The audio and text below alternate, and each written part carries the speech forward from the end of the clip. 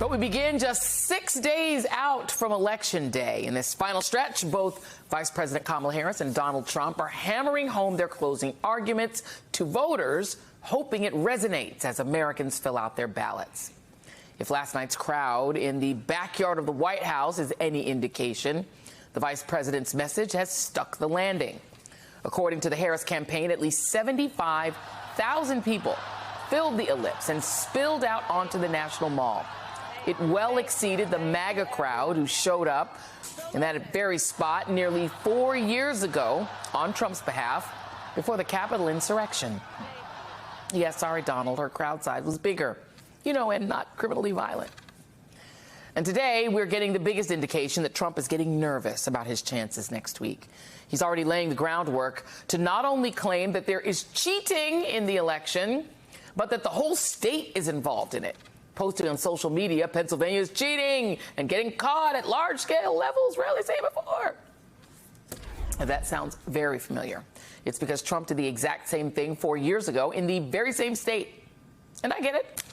When you compare the closing messages of the two campaigns that they're presenting, what else could Trump possibly rely on? Here's the vice president last night. I pledge to seek common ground and common sense solutions to make your life better. I am not looking to score political points. I am looking to make progress. I pledge to listen to experts, to those who will be impacted by the decisions I make, and to people who disagree with me. Unlike Donald Trump, I don't believe people who disagree with me are the enemy. He wants to put them in jail. I'll give them a seat at the table.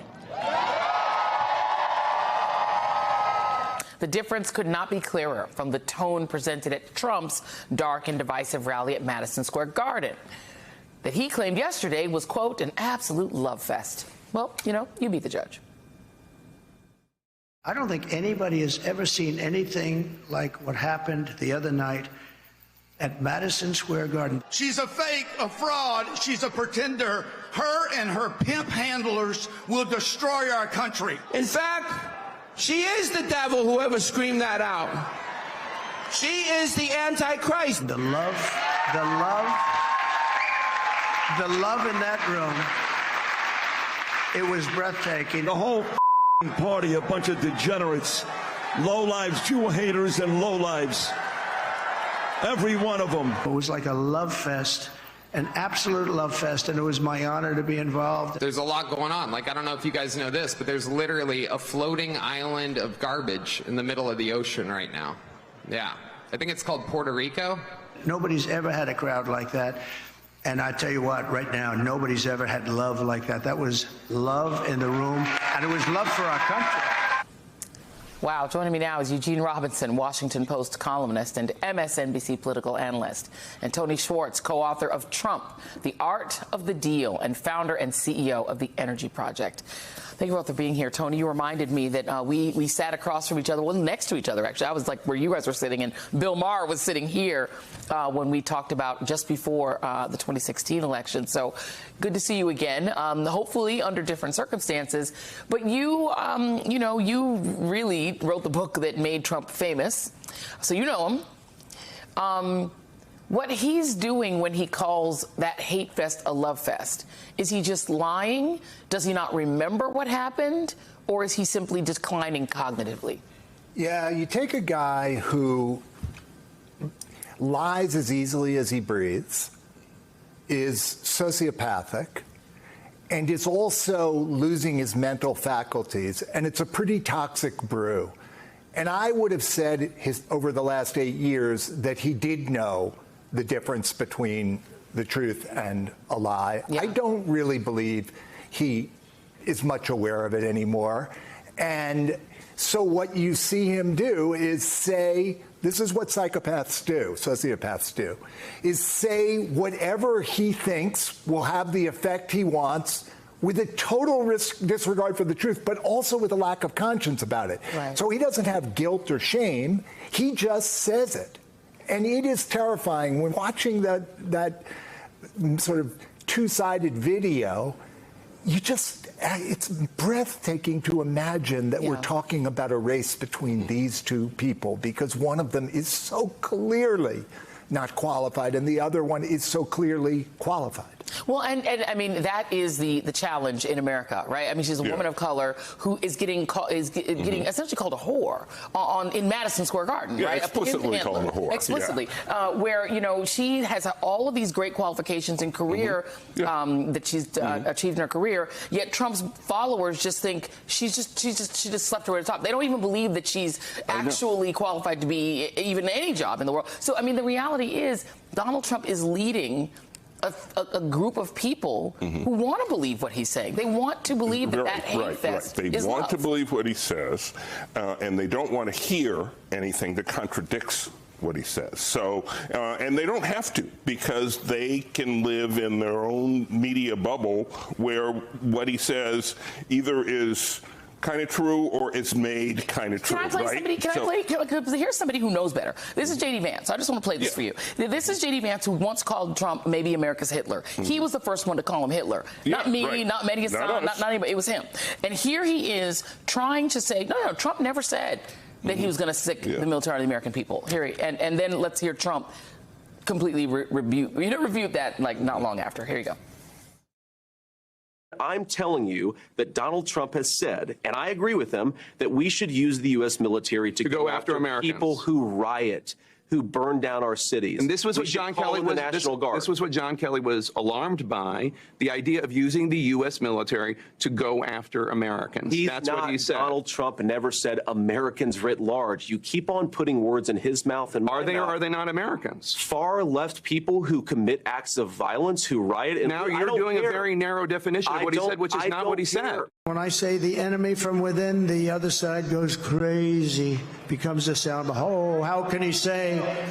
No, they've done very bad things to this country. They are indeed the enemy from within. And in other interviews, he explicitly named Adam Schiff and Nancy Pelosi. But even if it was just people he's saying are rioting Americans who are... They're Americans, right? Americans. But he's saying... using the military. Exactly. Yeah, exactly. So J.D. Vance is another interesting person. I was thinking about him today because he lies so fluently. Yeah. I mean, and remorselessly. So either he has learned from the master or he's got these tendencies too. I think he's a very dangerous person. Let me read a little bit of what was written in the Atlantic, Tony, and it says Trump wants you to accept all of this as normal.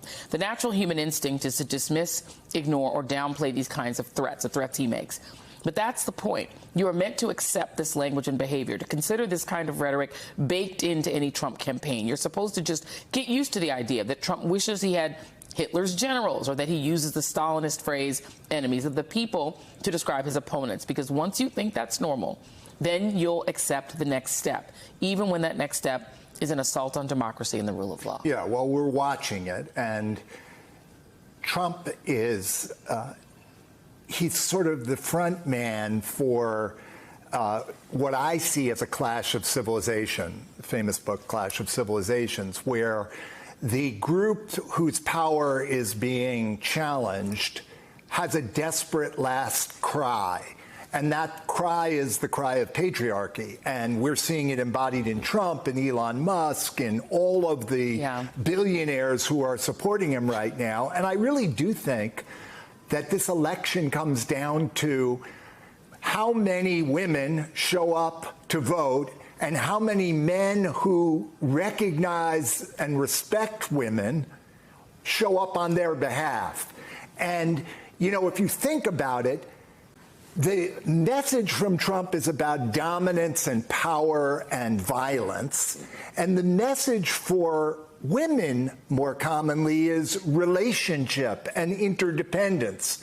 Which one do we want to aim toward in the years ahead? It's like a no-brainer. Yeah, and I mean, and the thing is that Donald Trump's strategy is not a way to win an election, because it doesn't add anyone.